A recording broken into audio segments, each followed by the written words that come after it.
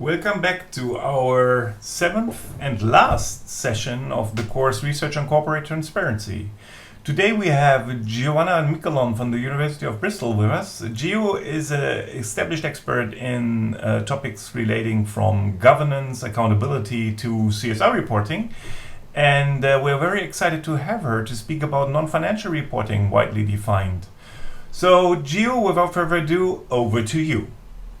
Thank you so much, Joachim. Thank you for inviting me in this initiative. It's wonderful.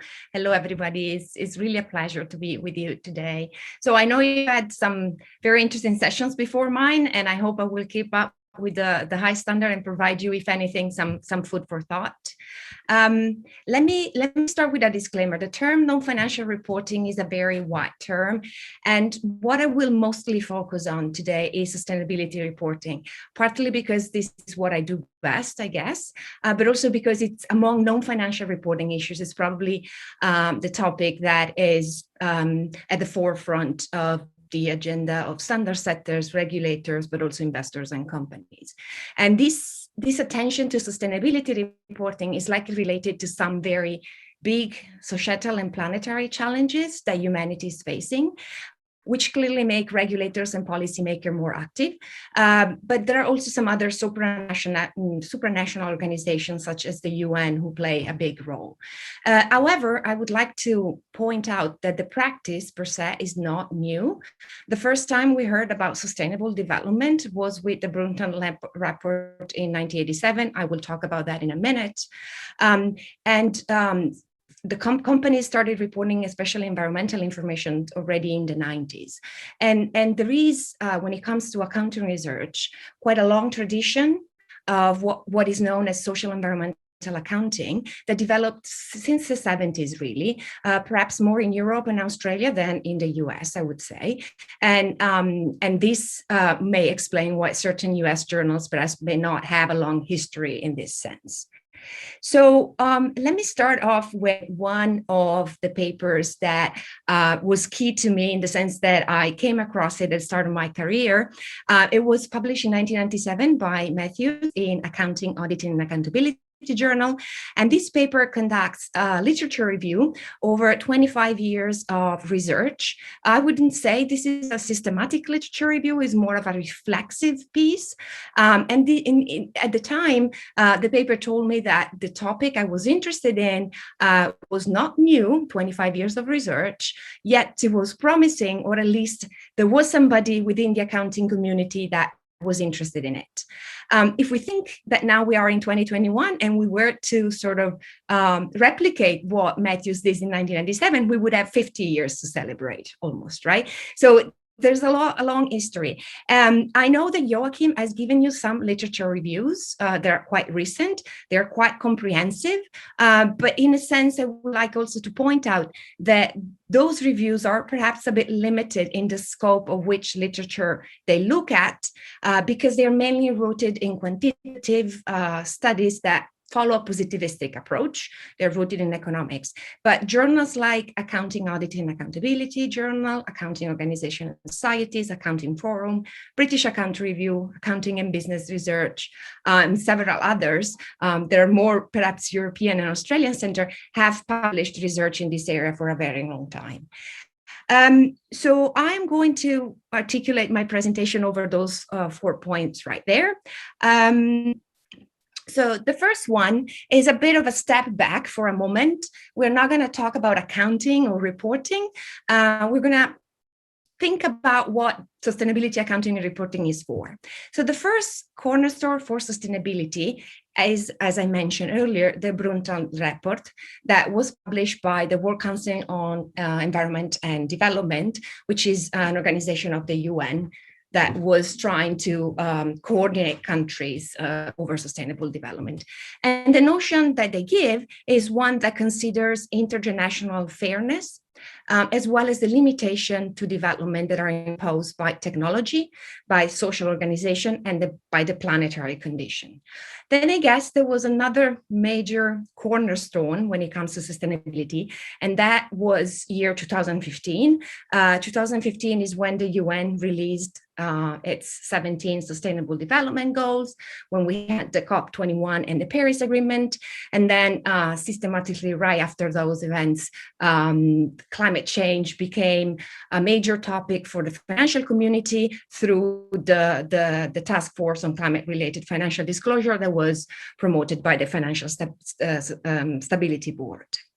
Now, when we think about sustainability, I like to use a report, which is the WWF report, the Living Planet report, that it's published pretty much every year. And I'm going to show you two key indicators that this report shows.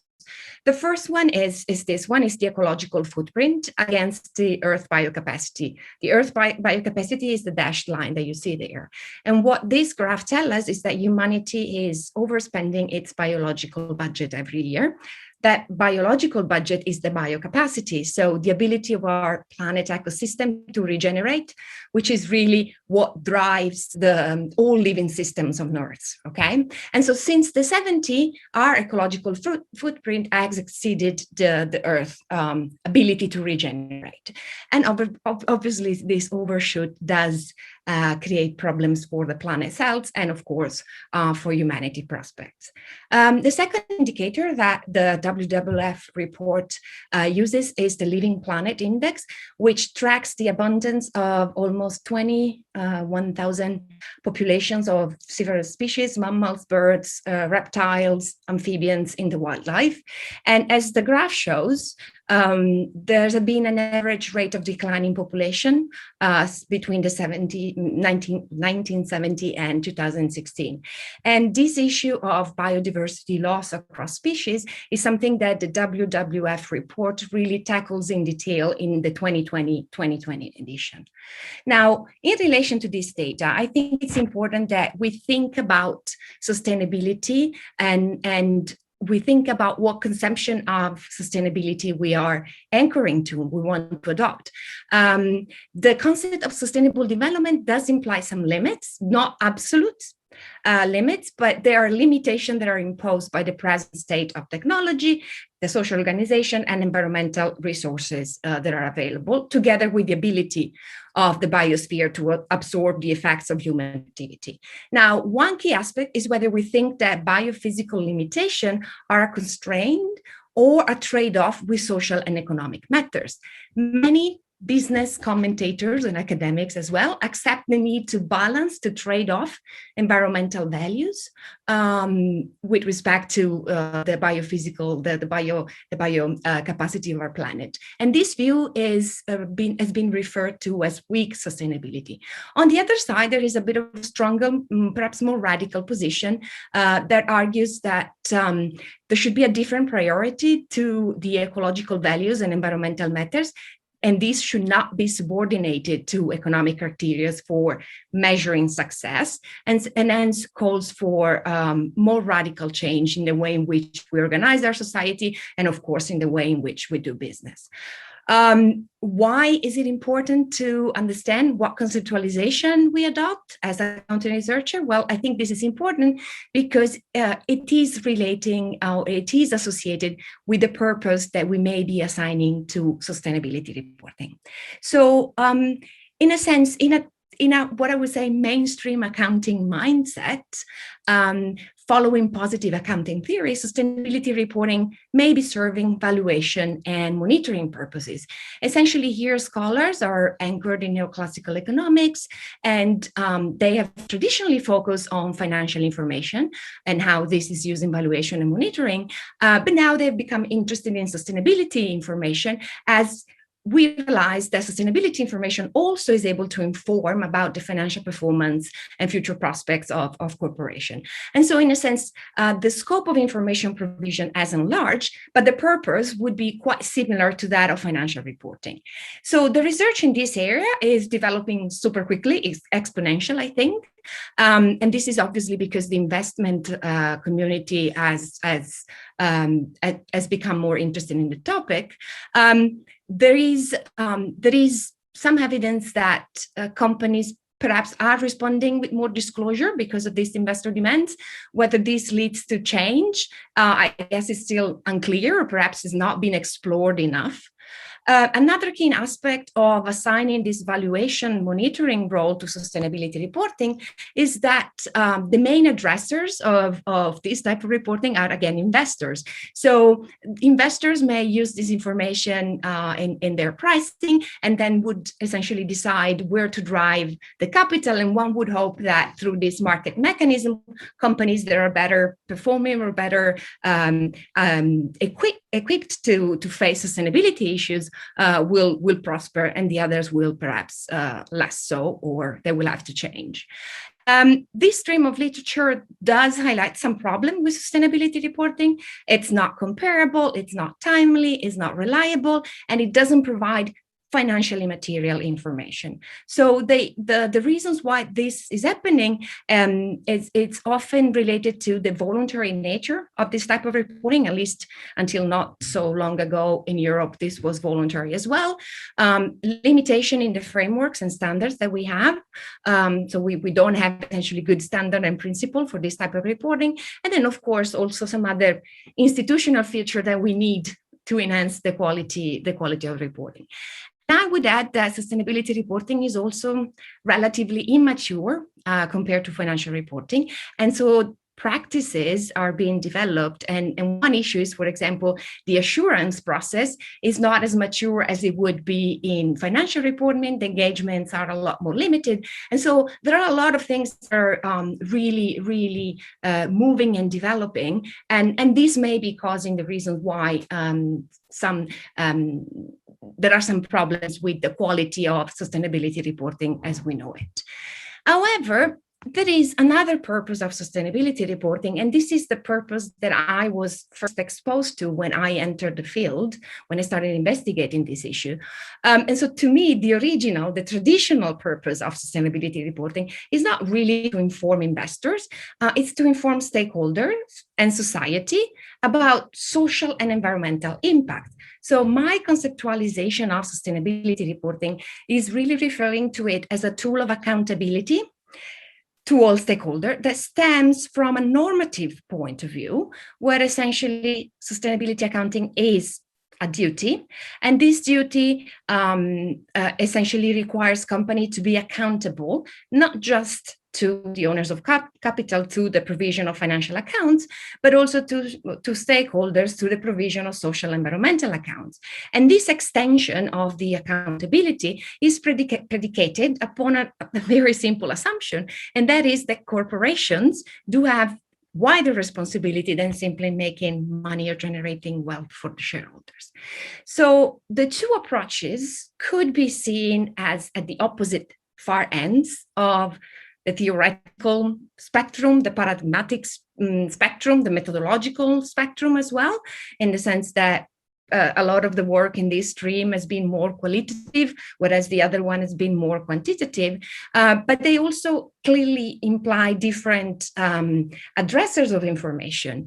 And accountability requires to conceive stakeholders and perhaps society at large as the key users of the sustainability report. And by means of empowering this stakeholder, it also conceptually discusses the fact that there may be a transformative role of reporting. There may be an emancipatory role of reporting. And so, in a sense, both camps are trying to lead to the idea that sustainability reporting may have some real effects. That's what it's called in mainstream accounting. Whereas here they talk about emancipatory role. Okay, but they're quite similar. They're quite similar in terms of what we would expect to see.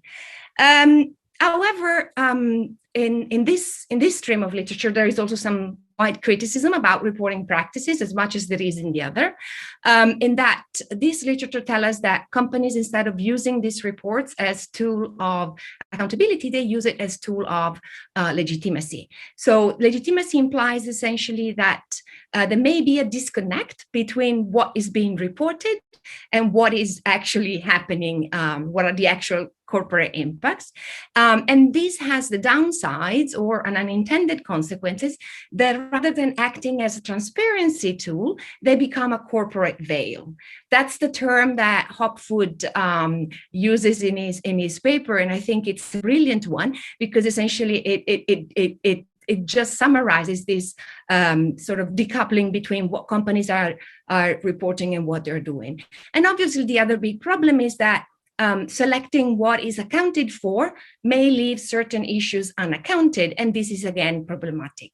Now, in terms of why this may be happening, exactly as in the previous stream of research, the idea here is that companies can camouflage their reports because stakeholders do not have the chance to assess the actual social environmental impacts, because companies do not consult appropriately with the stakeholders, because there are no mandatory standards, the audit requirements and the enforcement mechanism are very loose.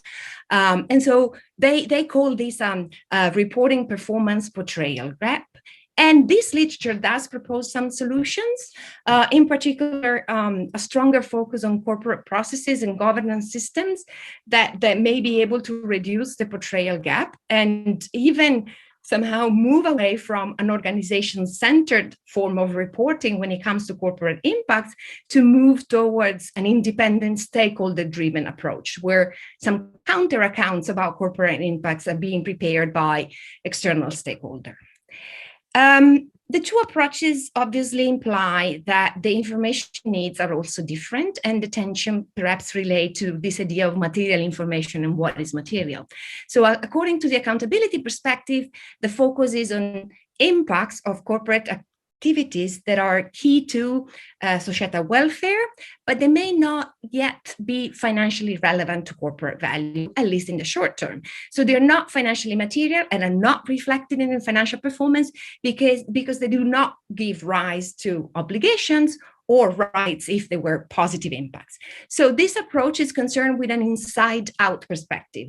Information here is meant to be used to assess the ability of the ecosystem affected by corporate impacts to continue to prosper. For valuation and monitoring purposes, disclosure serves the needs to identify risk and opportunities and inform the financial impacts of potential sustainability risk on performance. And so here the emphasis is on issues that will have a financial impact outside-in perspective, right, on the reporting entity. Now, I think it's important to mention that potentially in the long term, there may be no conceptual distinction between financially material information that arises directly from a firm's normal business and that which arises indirectly from social environmental impacts on the firm.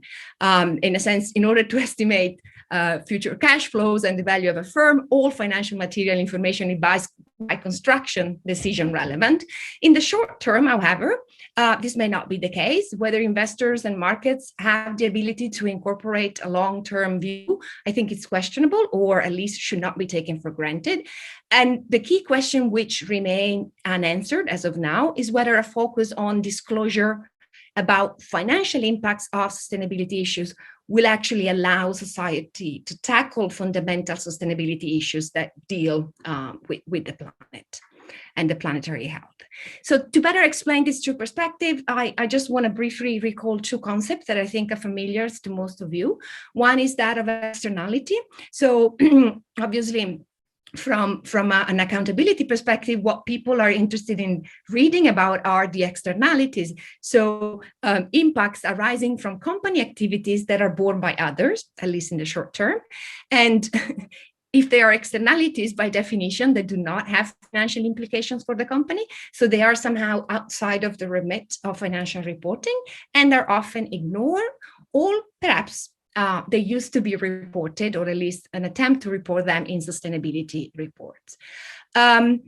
These externalities would not be ignored for valuation purposes if they trigger some sort of cost for the firm. So a reaction in a stakeholder group affected by the externality, whether it is the consumer starting a boycott, or whether it is a regulator taking action to limit the externalities. So once externalities are financially relevant, it's because they essentially are a probable risk to the company. The other side of the coin, which is not unrelated to externalities, are dependencies.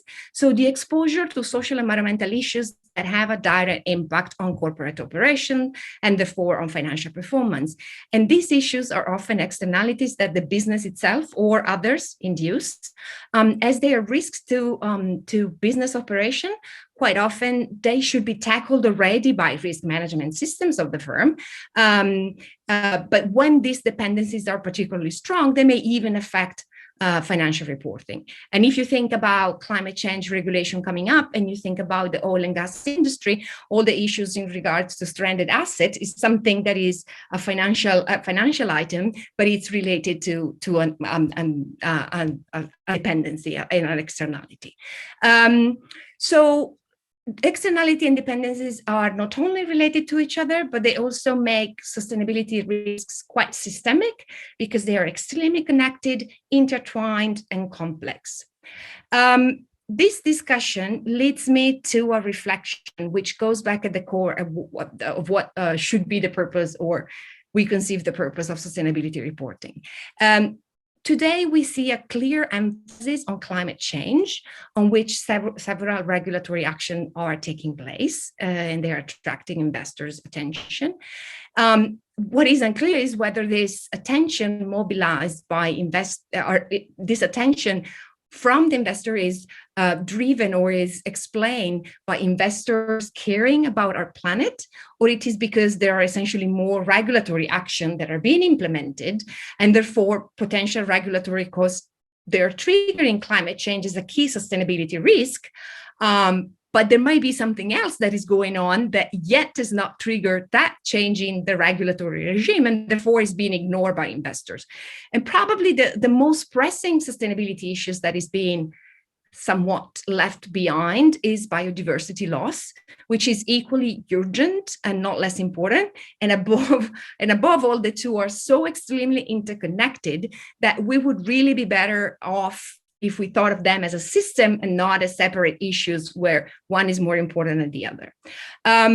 So in a sense, if we were to conceive a third purpose of sustainability reporting within this context that I've tried to explain, I guess both camps would agree that reporting may be a tool to steer behavior to change corporate practices. Once information is out there, investors or stakeholders will consider it in their decision, and so companies may have some incentives to change. However, I would think that the two camps perhaps propose different solutions or different ways through which this change in behaviors of company may happen. As I said, the accountability perspective sees the power differential between the accountor and the accountee, preventing this transformative role of reporting. And so we should think about different governance systems that allow more stakeholder empowerment and pluralistic perspectives. On the other side, the evaluation perspective would see change through the ability of investor to incorporate these issues into prices and investment decisions. Obviously, while surely investors are quite powerful stakeholders, it should not be taken for granted that investors will start incorporating the value of externality and consider long-term effects of sustainability issues. And surely there may be some investors that are whose investment preferences go beyond strictly financial criteria. We see that as the social responsible investment field has sort of become mainstream ESG investing, now we see a new niche. It's called impact investing. They're trying to sort of look more at the actual corporate actions in terms of the criteria that they use in their investment decisions. The other key issue here is what role are we giving to sustainability science and ecological literacy in setting reporting guidance and regulations? I would say that within traditional accounting bodies, there's not much of that, or at least I'm not seeing it. And so when it comes to accounting research on this topic, I really recommend that we try and learn a little bit about the fundamental of sustainability before we jump on the train of ESG reporting or ESG performance without really understanding what are the key underlying issues that such non-financial reporting should tackle. And this has been advocated from some accounting scholars for a while. I report there some references. If you don't want to read all the papers, I strongly recommend at least to watch Johan Rockestrom plenary at the last EAA Congress. Johan Rockestrom is a sustainability science. He has also done a beautiful Netflix documentary with David Attenborough calling Breaking Boundaries. And so I would strongly encourage you to have a look at that. Let me try to wrap it up, because I know I've already perhaps gone a bit long.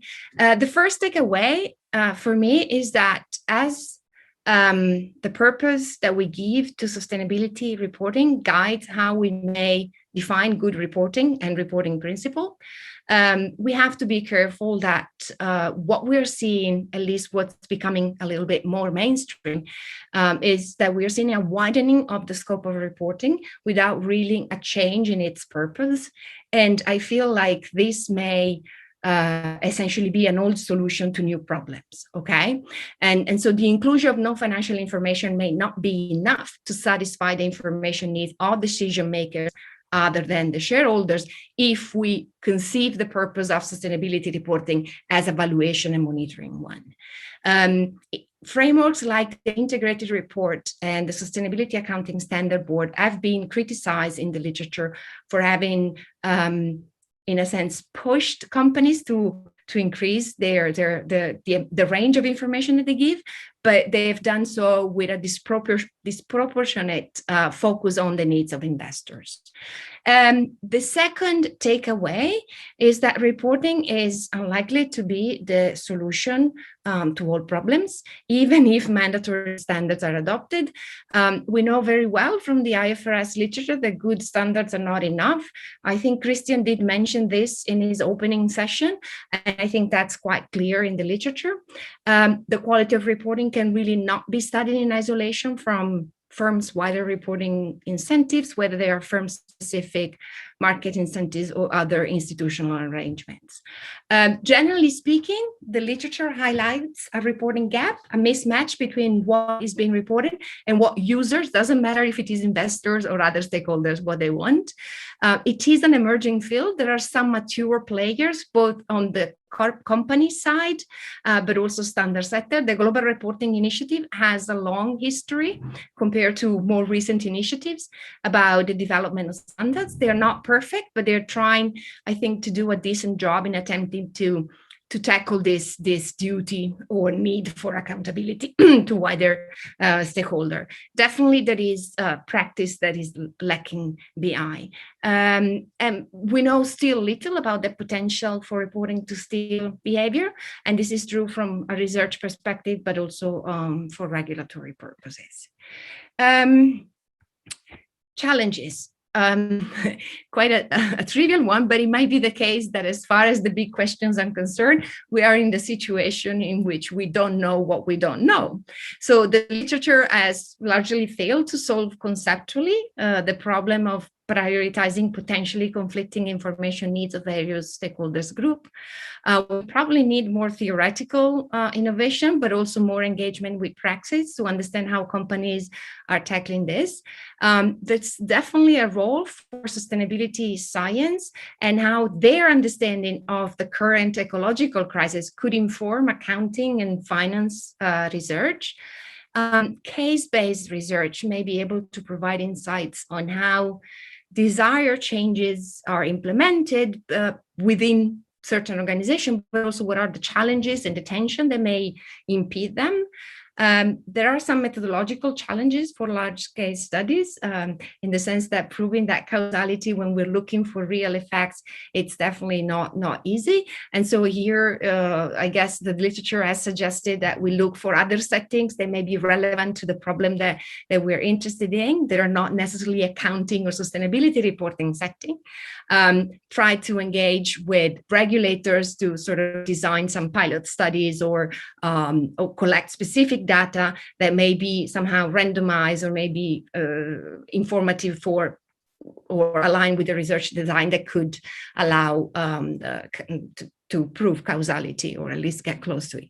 The last big issues are the problems of commensurability, evaluation, and measurement when it comes to everything that is social environmental, which is not necessarily always, well, it can be translated into financial values. And I think an interesting read is the Gupta review that was just released recently, talking about the economic of biodiversity. So that's an interesting also area that may need more development.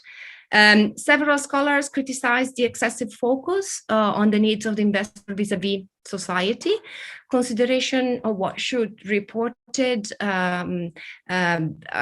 essentially in terms of what matters for investors that may have financial implication for the company may be coming at the expense of transparency over externalities. And so this is something to think about. And the last bit, as I said, is that we may need perhaps to be a bit more creative when it comes to how we wish to tackle this problem, and that's where the qualitative research has discussed this new participatory governance system and co-production of reports. And I think with that, although I've gone a bit long, I will stop. Thank you. That was very informative. A quick round of applause, I think, is in order. So thank you, Gio, for doing this. And no worries about the timing. That was perfect. So we are here to ask questions, right? So you know the drill. So questions will be asked by students, or in some cases also by me, because students contacted me that they feel a little bit under the weather today. So I will jump in and ask questions on their behalf.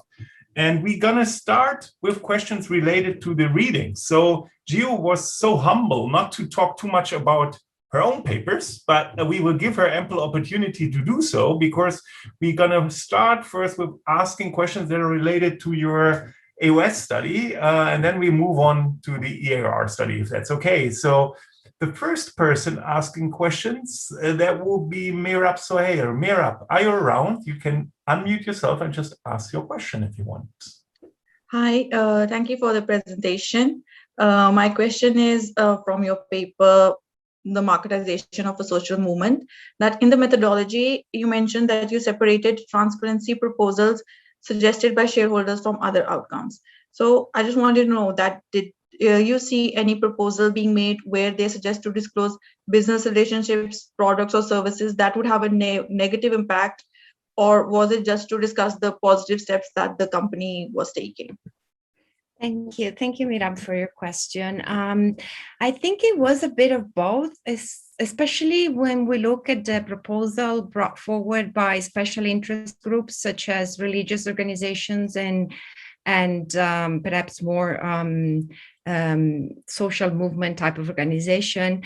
In that, you could argue that they may have different investor preferences with respect to mainstream investors, and so if they embed some social values beyond financial consideration in their proposal, we could probably see requests for negative impact and not just positive. Often proposals require disclosure of KPIs that would assess the negative impacts, and that's especially when it comes to climate change. That's quite often. And the other thing that they asked for were plans about how the company was tackling specific sustainability issues or social problems. And so in a sense, the question about products and services, I think, yes, there were some, as long as they were asking for plans that say, describe how the company was expecting to reduce the carbon footprint. On business relationship, I think I've seen something, but a lot of these proposals, in terms of the topic, kind of go in waves. So business relationship were very much mentioned in terms of slavery and human rights issues, and so issues about the supply chain. Thank you so much. Sure. Yeah, very interesting question. So a quick follow-up in that direction, if I may. So did you have the feeling that most of these proposals were actually aiming at, in the end, again, the bottom line effect? Or were there also proposals where you had this feeling that there was a, let's say, interest in let's say, for example, work-related supply chain topics just on behalf of the social component? I mean, in terms of, so this is something I'm working on, how the requests are framed, what kind of motivation are bringing in. This is something we haven't done, but this is a project that we are attempting to implement as we speak. I guess I think the motivation at the beginning of the sample was more anchored to social values. Towards the most recent years, most of the arguments were economic based, even from, say, the People for the Ethical Treatment of Animals, which was one of the most radical type of activist in the sample. So I think it's hard to sort of understand the intentions of the investors by reading this proposal. It would be nice to talk to them and do some interviews. But I guess at the end of the day, what is true is that I don't think these investors necessarily were asking disclosure for the sake of disclosure. Obviously, they were hoping to trigger some sort of reaction from the company in terms of changing actions. My paper was unable to document that was happening, but there are several caveats that I think we describe pretty well in the discussion session, and so those findings are to be taken with some caution. It's also true that the sample is relatively old and a lot of things have changed. And so it would be interesting to see whether this wave of requests for transparency is actually trigger something else. Now, how to do that empirically is another question, but surely an interesting one. Thank you. So the next question will be asked by Rusha. Rusha, what did you please? Hi, thank you for your presentation, Giovanna. It was really informative. So my first question to you is regarding the same AOS 2020 paper. So from the paper, to me, it was not very clear as to why shareholders would be demanding more CSR disclosures. Is it because they would like to have information on the current practices that the firm is doing so that they can push the firm in the future to do more CSR or be more responsible towards the environment? Or is it just because they want to manage investor perceptions, make firms disclose more CSR practices, and then make it appear to the investors that the firm is responsible towards CSR? So what would be the basic underlying intuition for shareholders demanding more disclosures? Okay, so as I was sort of discussing with Joachim a bit, we didn't really explore the intention of investors. And, I really think it would be interesting to do that, to sort of organize an interview-based study, and that would not alone be sufficient to read through what the true intentions are, but I would get closer than by reading the proposal, I guess. I think in terms of the motivation they brought up, as I said, mainly economic arguments, the necessity to tackle certain risks. And so I think,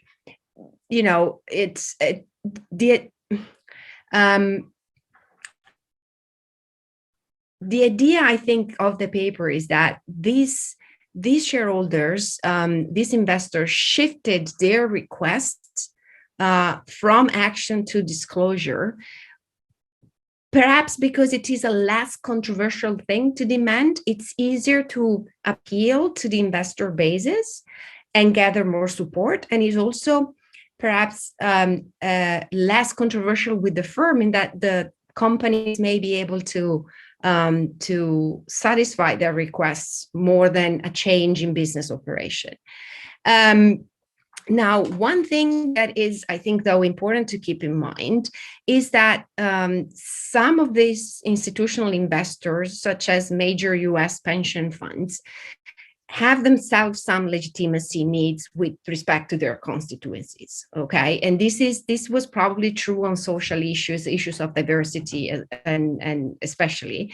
So it could be that certain requests aim at improving the disclosure of companies were really also put forward to improve their own legitimacy with respect to the people that, you know, that they would give the pension to in the future.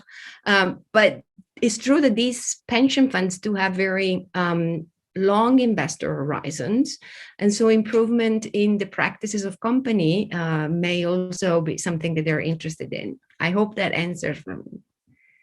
Yeah, that was very helpful. Yeah, thank you. Sure, thank you for the question.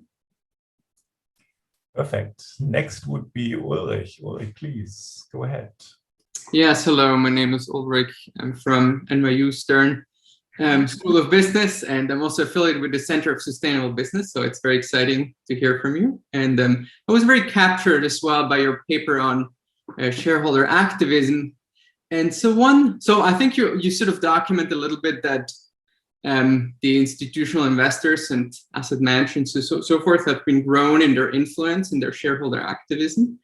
And what struck me, so you mentioned earlier that, you know, CSR or sustainability or ESG is like a risk and an opportunity in one of your slides.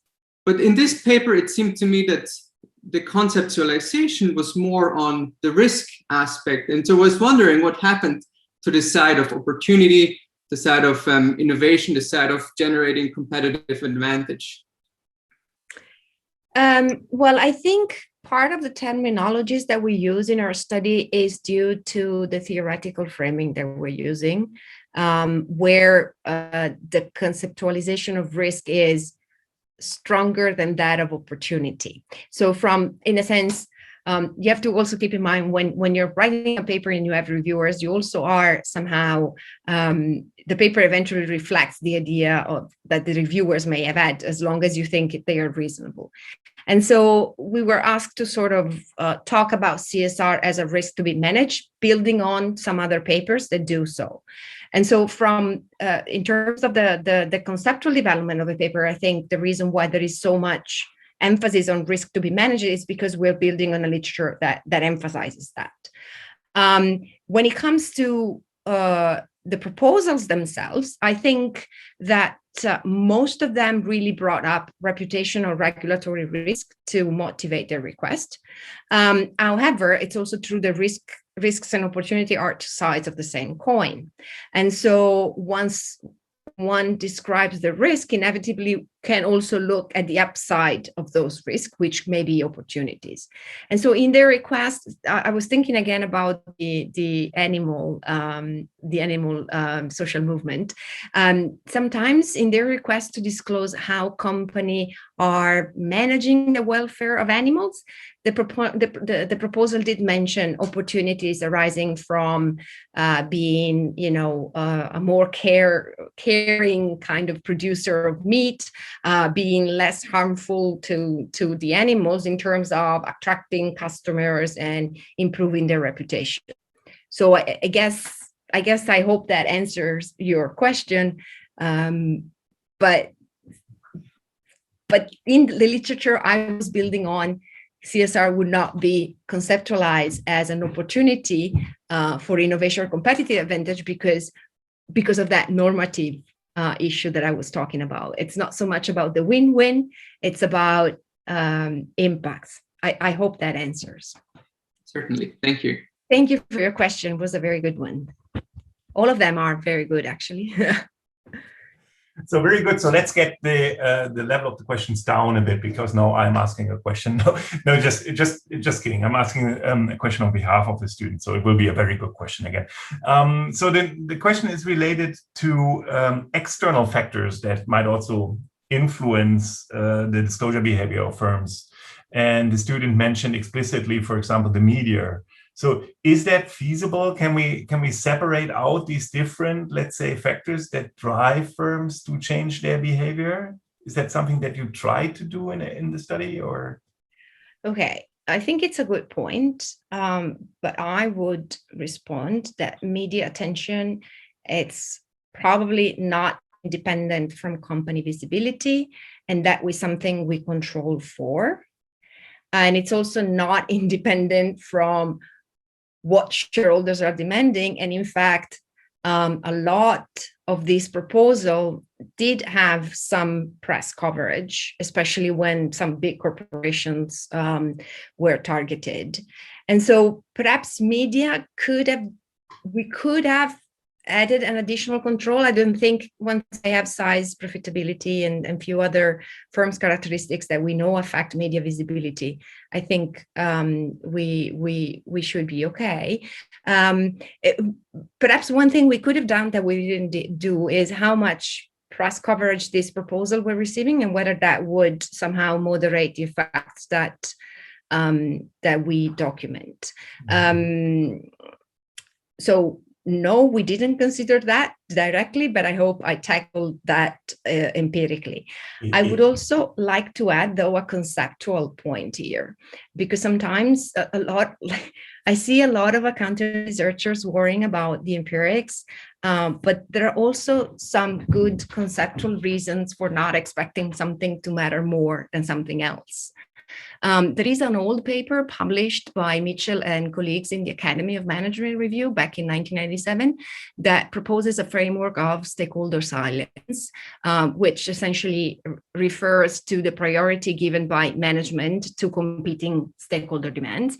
And silence is influenced by power, legitimacy, and urgency. As investors and providers of capital, one could argue that shareholders are probably very salient stakeholder, especially in the US setting, where we have primacy duality. So the director duties to the corporate person is co-equal to the director duties to the shareholders. And so from a conceptual point of view, I find it hard to believe that media may have more power in affecting corporate practices than shareholders, or at least independently from shareholders' pressures. I completely subscribe to this, and thank you for your answer. I think this is also, as the way I understood the question, it's less about the empirics, but also more about the conceptual thought about who is actually, how does this demand, let's say, materialize? And I think this is one of the things that are really fascinating to think about when you move from a, let's say, more econ shareholder-centered view to a more stakeholder holistic view with a different type of communication. Of course, all these intertwined communication networks come into play. And currently, when I'm thinking about the whole debate around, for example, diversity and that we currently observe, I really sense that there is much more than just a single stakeholder group here. It's more about a societal movement and how firms position themselves to a societal movement. And this, of course, I think also speaks back to questions of legitimacy and how to position yourself as a firm in the societal contract, if you want. And I think this is really, I find this fascinating. And clearly there is no single, stakeholder group that takes dominance here. It's more of a network problem, huh? Yeah, absolutely, yes. Very cool.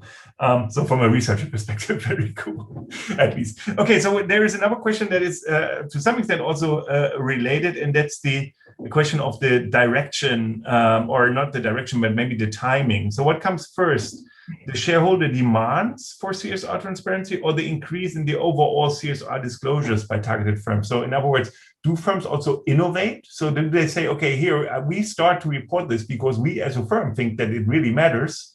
And then maybe stakeholders pick this up and say, oh, this is actually interesting. Or do they just react? Well, it is a very good question. Now, I guess obviously firms would innovate if there were benefits that exceeded innovating reporting, if there were some benefits that somehow made it up for the cost of producing that information or revealing that information. And as I said,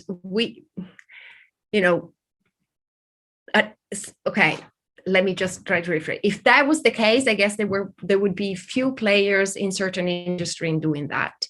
And so one could think about identifying somehow the first movers and sort of try to clean that to tackle this problem. In our setting, we definitely don't do that. But what we're arguing is essentially that it is the shareholder demands that drive the CSR transparency. And if not, this is happening because this request by investors is altering, we argue that it is a social pressure and something like that, but it's also altering the trade-off between the cost of benefits of disclosure. Obviously, when your investors are asking something that's quite clear. The other thing that I can say is that empirical in our study, we do try to tackle the issue by matching firms also based on their disclosure level in the year that precedes the shareholder proposal for transparency. And so if it is reasonable to expect that the ex-ante level of disclosure is related to the demand for CSR information, once we include the pre-level in the matching, we should be able to sort of directly tackle the change in the disclosure behavior, I think. Yeah, thanks a lot. Very interesting. Sure. So now we would move on to the assurance paper. So I always like to label papers very shortly. So this is now an assurance paper. This is highly unfair. But we have questions from Lisa Hüttger on this. So Lisa, please go ahead. Yeah, hi, Professor. Thank you for the interesting presentation. I'm a master's student from Berlin, and I have two questions, actually. And it is about the positive connection between the assurance and the statements which you found in your paper. And my first question is, do you actually believe that you could also find this in other non-financial reporting regimes? Because I was really surprised that you found a positive association, because I thought it is maybe something about like a negative association as in financial reporting. And then I was questioning, is it maybe because you are looking at the CSR reporting? Is the CSR reporting making it special so that you can actually find there a positive association? Or yeah, could you also find this in other reporting regimes?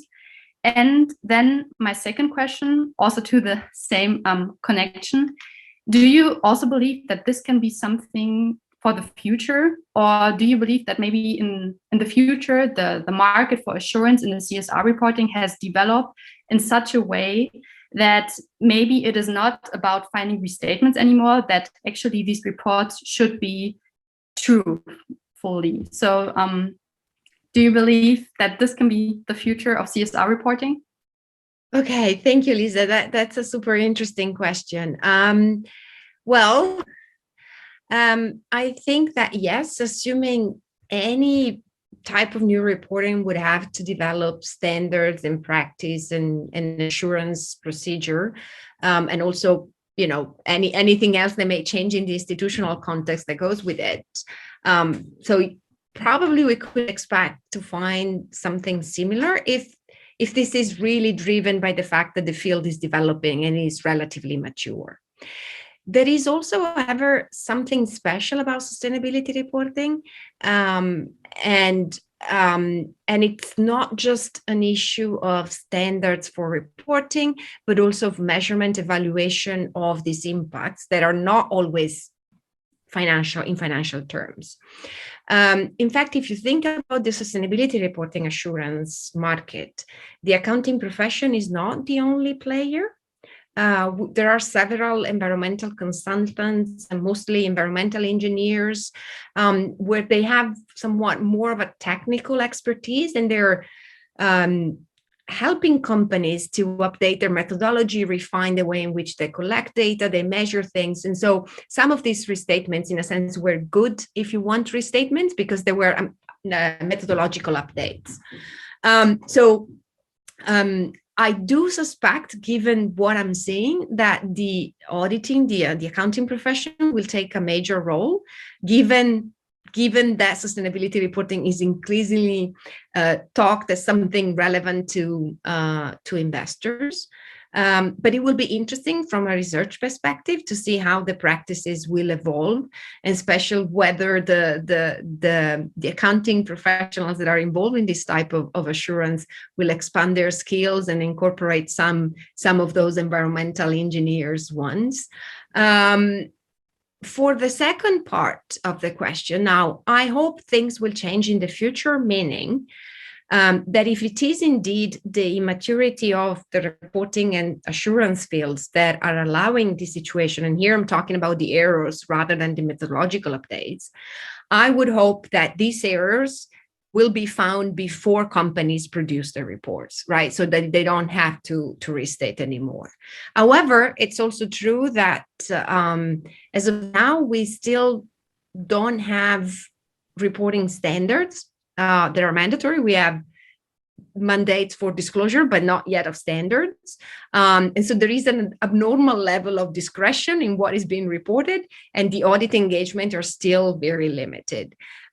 So the hope is that the practices will improve, but as these issues will continually be changing and methodological challenging, I cannot exclude that certain type of restatement will still be there.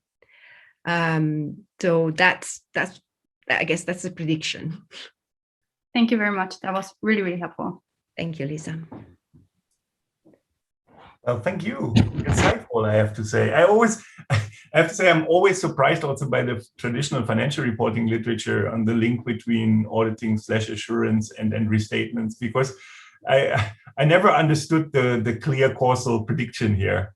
So whether we should see more or less restatements when we have an let's say higher quality auditor, whatever that means. So, and in this regard, I think that well, errors and mistakes are paramount. They're everywhere. So based on my personal experience, we make them every day.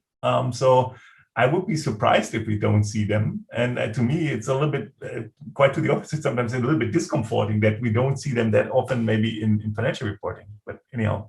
I guess it will also be a matter of whether the disclosure practices around restatements will become a little bit more standardized, because as I said, right now there are footnotes in the report, so nobody really knows about them unless you go with a magnifier and look for them. I see. Yeah. Okay. Wonderful. Okay. So now we move on to more general questions, which of course are still sometimes a little bit related to your work, obviously, but they're not aiming at a particular paper. And we're starting off with Ariana. Ariana, please. Yeah. Hi, and thanks for the great overview. So I am Ariana Piscella, PhD student from the University of Lausanne. And I wanted, so I see that in many of your studies, you refer to the concepts of shareholder activism and stakeholder engagement.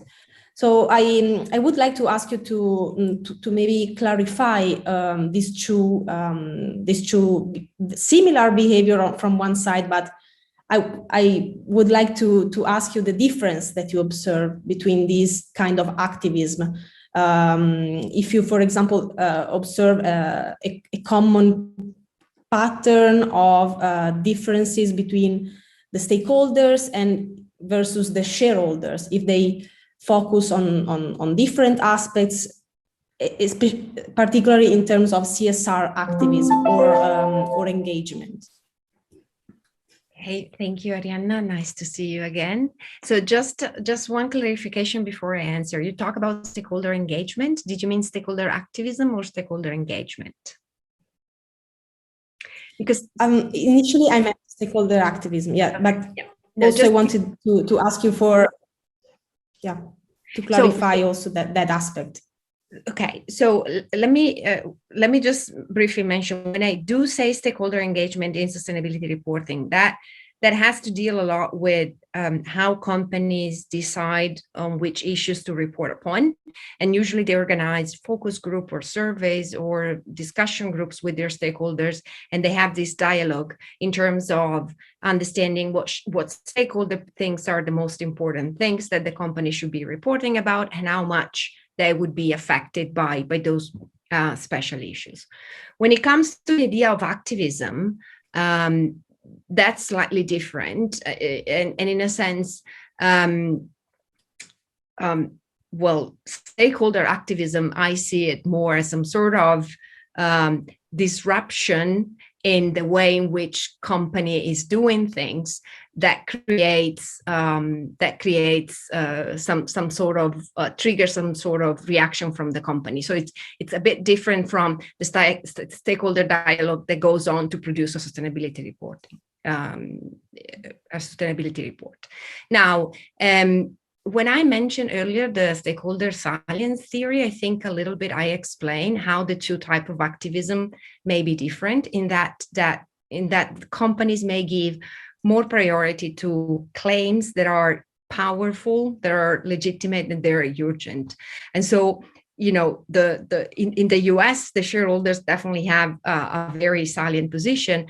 Among various stakeholder groups, there may be other groups that have great silence. I mean, usually customers are quite powerful if they organize well for boycott campaigns, and they are able to mobilize a critical mass that can be in a sense, important and relevant for companies. From a conceptual point of view, I think I would also go back to social movement theory a little bit, in that social movement theory has investigated for a long time, or at least has tried to conceptualize how stakeholders organize themselves in collective action to sort of bring change to corporate actions. Obviously, social movement theory, the original one, was developed to investigate social movements and their sort of requests to governments. But there is a branch of studying sociology and management that has brought it to the stakeholder relationship assembly. And so here I would recommend you two papers if you're interested in understanding a bit the difference between stakeholder and shareholder activism. One is by Braden King. He's a sociologist. He published a paper in 2008 in Business and Society, and he proposed a social movement framework for stakeholder collective actions. And the other one is by Den Hond and De Bakke in 2007 in the Academy of Management Review.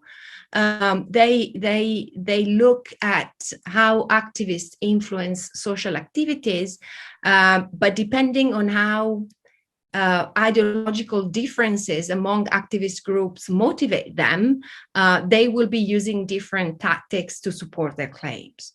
And so it's a conceptual paper, but I think it's useful to understand some of the differences between different types of activism. Okay, no, thanks a lot. And I really get the point that there are really a lot of theory also behind this. So thanks. Thank you, Arianna. Perfect. Thanks a lot. So now we have two questions that are a little bit interconnected. They're both dealing with the sample or the country choice when doing work on CSR. So Lazarus, you go first. First of all, thank you very much for the great summary, the great presentation. I enjoyed it very much. So my question is kind of more general. Seeing that activism is kind of very rooted, I guess, in culture and maybe also region, country for that matter, how do you feel, how do findings translate from one country to another? Do you feel, for example, that the findings you have in your paper about activism could be transferred to another regulatory setting or cultural setting more? And do you feel maybe that culture or societal properties could vastly change the results of a policy implemented? Okay, so the results for my study are very much limited to the US, because when it comes to shareholder activism as such, the US is a very special country where it's relatively easy and inexpensive for shareholders to submit proposals. There are networks or coalitions of investors that coordinate the collective action. So the responses that company may have are also pretty unique, in the sense that even if the proposal gets a majority of votes, companies not legally required to implement the proposal. And so when it comes to that particular study, I think it has to be, it is US based and it is US specific, and trying to do it in another country, you would not have a lot of data because shareholders' proposals on these issues, especially in Europe, are relatively scant. And they are scant because it's more complicated to submit them, because it's just not something that is part of the institutional setting of other countries. I know in Japan is a bit, it's a bit like in the US, but I'm less familiar with the setting, so I wouldn't know. And so that's to contextualize to the AOS study. Generally speaking, when we think about CSR research, definitely the country matters. It matters not just for cultural reasons, but also because each country has its own way of arranging different institutional features that may be affecting sustainability reporting. And it's not just, I don't think it's not just regulations or enforcement or policies around reporting, it's also all the regulations and policies around the issue that the reporting, sustainability reporting is tackling, okay? So how do companies get oil and gas permits? What kind of standards are there for building the oil and gas wells? And so it can get very, very different. Obviously, one important thing is to keep in mind is that once there is a study that sort of shows a certain findings in a country, whether it is the US or France or whatever, if you were to try and replicate that study in another country, I think you need to ask yourself if there is anything special in that country that may lead you to expect something different from what has already been documented. And that's particularly important because, in a sense, one thing is saying I focus on the US because that's the universe that I can focus on to investigate this issue. One thing is to say I want to look at the relationship between corporate governance system and reporting, and I do that in the US. If I want to replicate that in Europe, I need to explain why I believe those relationships would not hold anymore. Is that okay, Lazarus? Did I answer your question? Yes, if I'm allowed, can I ask a follow-up question? Yes, of course. So theoretically, let's say you could have the level of US data and the same regulation, the same policy, exactly the same, but you put it in another cultural environment. Would you expect vastly different results, or would you say the magnitude of these effects is rather small, or would be kind of negated over different countries? As I said, I guess I would have to understand why I would expect what element of that culture of that country may be telling me that the results would be different or not. And that's what I was trying to say. You need to sort of think about what is in that particular different setting that makes it unique to what you have found in your setting that would be worth of investigation. I mean, I think this is really a question that Joachim could answer as well, because I think that's kind of the idea. But on shareholder activism, I think cultural, yes, definitely would matter. But the US is also a melting pot. So if I was trying to figure out what's the American culture, I would have a lot of problem. I don't think culture is something we can easy proxy for with quantitative measures. Okay, thank you very much. Yeah, so I was also tempted to say, what is culture to begin with? Yeah, so it's extremely hard. I can sense some interesting questions here. For example, when you think about a more consensus-oriented social environment versus a more competitive or whatever innovative social environment, I could think about very different information flows that can actually help to reach a common societal objective in these conditions, right? So that I personally like that work very much, but if you take it to the field, it's of course hard to get something, tangible out of it.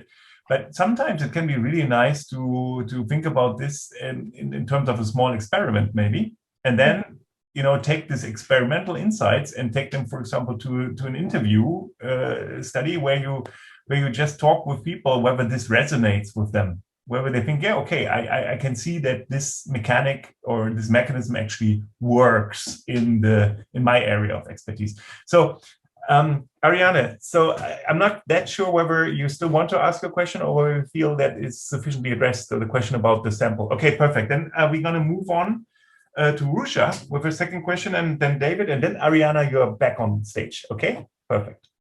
So Rusha, please. Hi again. So my second question is related to the more general sustainability reporting literature. So my concern is, and my question is, how does the literature measure the difference between the CSR disclosures and what the actual CSR activities of the firm is? So how do we know that whether firms are inflating the CSR disclosures? Is there a popular way that the literature uses to measure this? How do we go about it? Thank you, Rusha, for your questions. Again, a wonderful one. So most of the literature that has looked at the relationship between CSR performance or CSR activities and CSR disclosure uses what there were used to be called CSR ratings of some sort. Now they're called ESG ratings.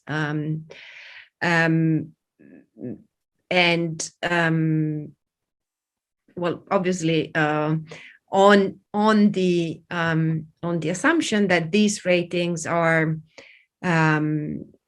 actually measuring CSR performance, and whether that is the case, I am not sure anymore. I think the CSR rating agencies are relying a lot on information reported by the company, so self-reported, but increasingly, they also assign a value to reporting itself, meaning that if a company discloses more, it's likely to have a better rating. And so you would have to carefully check what's being included in this CSR measure and perhaps build your own measure, somehow extrapolating from the rating whatever is being driven by disclosure, and build your own performance variable using data points from the providers. But I also wanted to highlight a big debate in the literature between somehow the two camps. You were talking about inflating disclosures. And if you think about inflating disclosure, you would expect essentially that companies that have worse CSR performance would have more CSR information being disclosed. And this is kind of what the legitimacy theory school of thought says. So the work of Charles Cho and Dan Putton, it's an AOS paper in 2007, sort of brings up this argument. But then you also have a voluntary disclosure theory that says that companies that are better performance, they are signaling through disclosure this better performance. And in AOS, 1 year after the Cho and Putnam paper, they published the Clarkson et al. That argues somehow the opposite. And so you will see there that it's not just a matter of how you measure CSR performance, but it's also a measure of how you proxy for CSR reporting and CSR disclosure, in the sense that you may be finding specific characteristic of disclosure that make it a better quality. I don't know if that answers the last two things, and this comes more from qualitative research. As I mentioned, this idea of counter accounts, shadow reports, which essentially is our assessment of corporate practices made by others than the company itself. And so, in a sense, these are also useful papers to think about how to measure this difference. Okay. There is also, again, a paper by Charles Cho and colleagues in AOS that talk about organized hypocrisy. And in this paper, they descriptively show how corporate reporting and practices vary according to the reporting venues or the reporting opportunities the company have. And so different media are addressing different stakeholders, and the accounts that come out of that may be different. So that's another sort of insight from the qualitative camp on this issue. Thank you. Sure, thank you. Perfect. We have a related question by David, also about the measurement of CSR. David, please. Thank you. And thank you for a great presentation. So I have a question regarding the measurement of ESG performance. So when measuring ESG performance, different data providers such as Thomson Reuters or Bloomberg often construct their own ESG measure. And I just wonder what your experience with this is, and whether the choice of a data provider can affect your results significantly, and whether you have any ideas of how to mitigate issues related to this. So I know that there's a paper that Joachim mentioned by Berg et al. From 2020 that discusses issues related to this, but I just wonder what your experience is with this. Thank you, David. It's another super interesting question. I think there is a growing literature that is exploring this topic and does highlight low consistency across data provider. But let me see if I can organize my answer in a way that makes sense for everybody and not just for me. It really depends how you use this data in your analysis.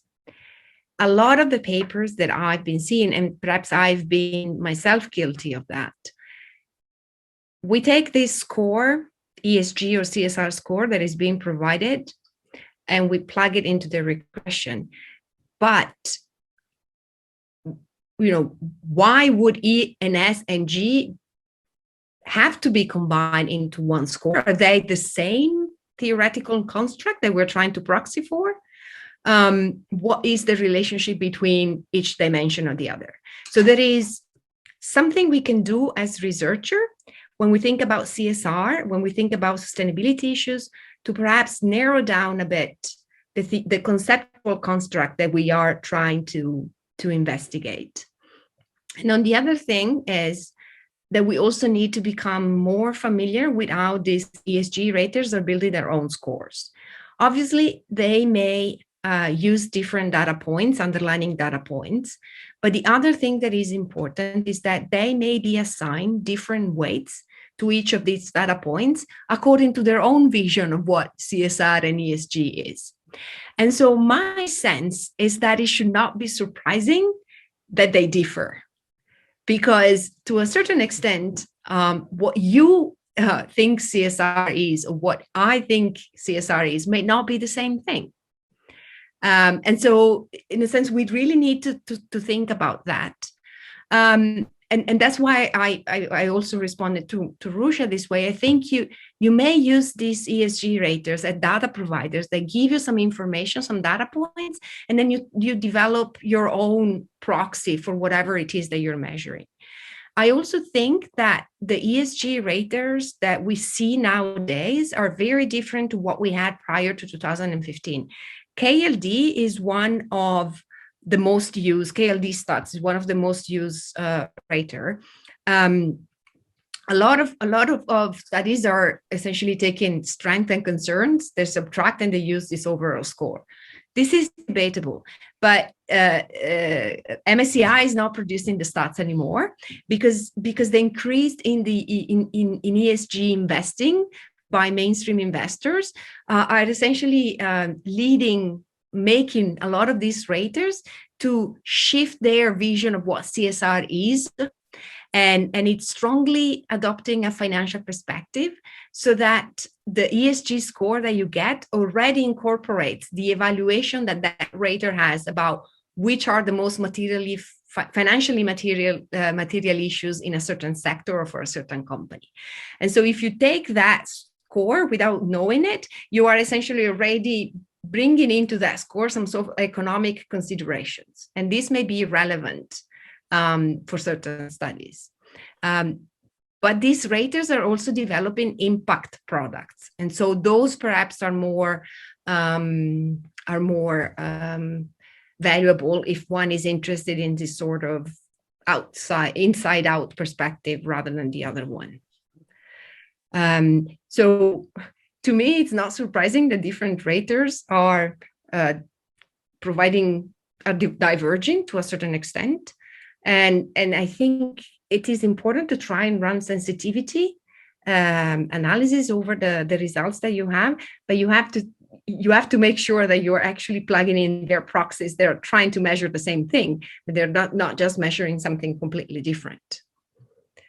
I don't know if that answers. Yes, thank you. That was very clarifying. Thanks. Thank you, David. Okay, perfect.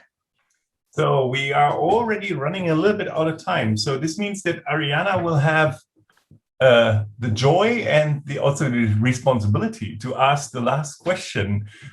So we also have some interesting questions in the chat that I apologize that we cannot address time permitting, but still are worth reading and thinking upon. Also related to the link of CSR reporting to asset pricing and the question of which information is actually economically valuable or which information is just, maybe informative for other reasons. But Arianna, last question to you, and then we're going to wrap up. Thank you for this chance. And yeah, I just wanted to know your opinion about the recent merge of the SASB with the Integrated Reporting Council.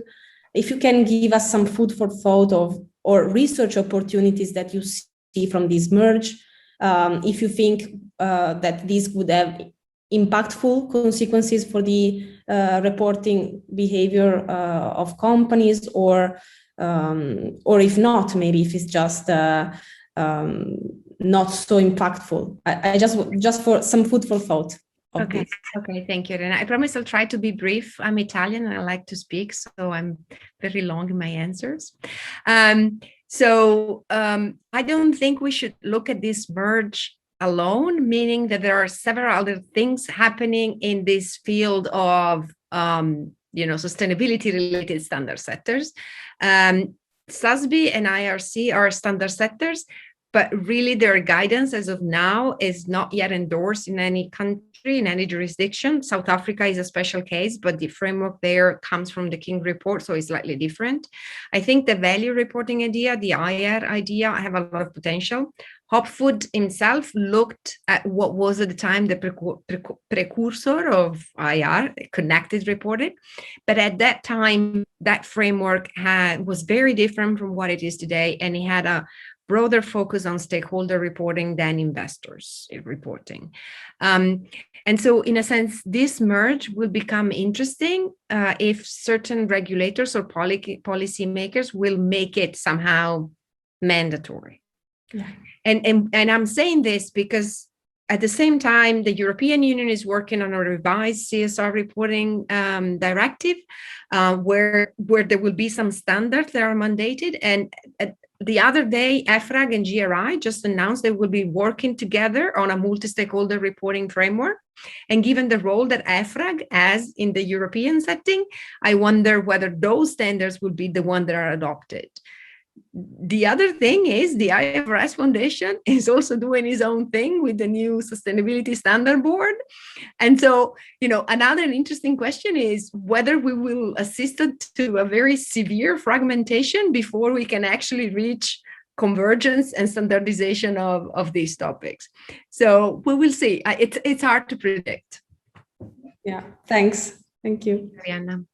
Thank you all. That was highly insightful. And now I think the second round of applause for Gio and everybody who contributed to the discussion is in order. So very well done, exciting topic. So about the last institutional bit, I also have to say I'm tempted to see this also as a research topic on its own. So it's of course, there's a lot of money involved and power and reputation. And so it's really interesting to see how all these initiatives try to strong arm their position. So let's see how this develops. So as you can see from this slide that I'm sharing, this ends this lecture series, basically, right? So I have to say that was an exciting trip for me. Thank you for Gio, but also to all the other guests that we had over the weeks. I think that was really impressive.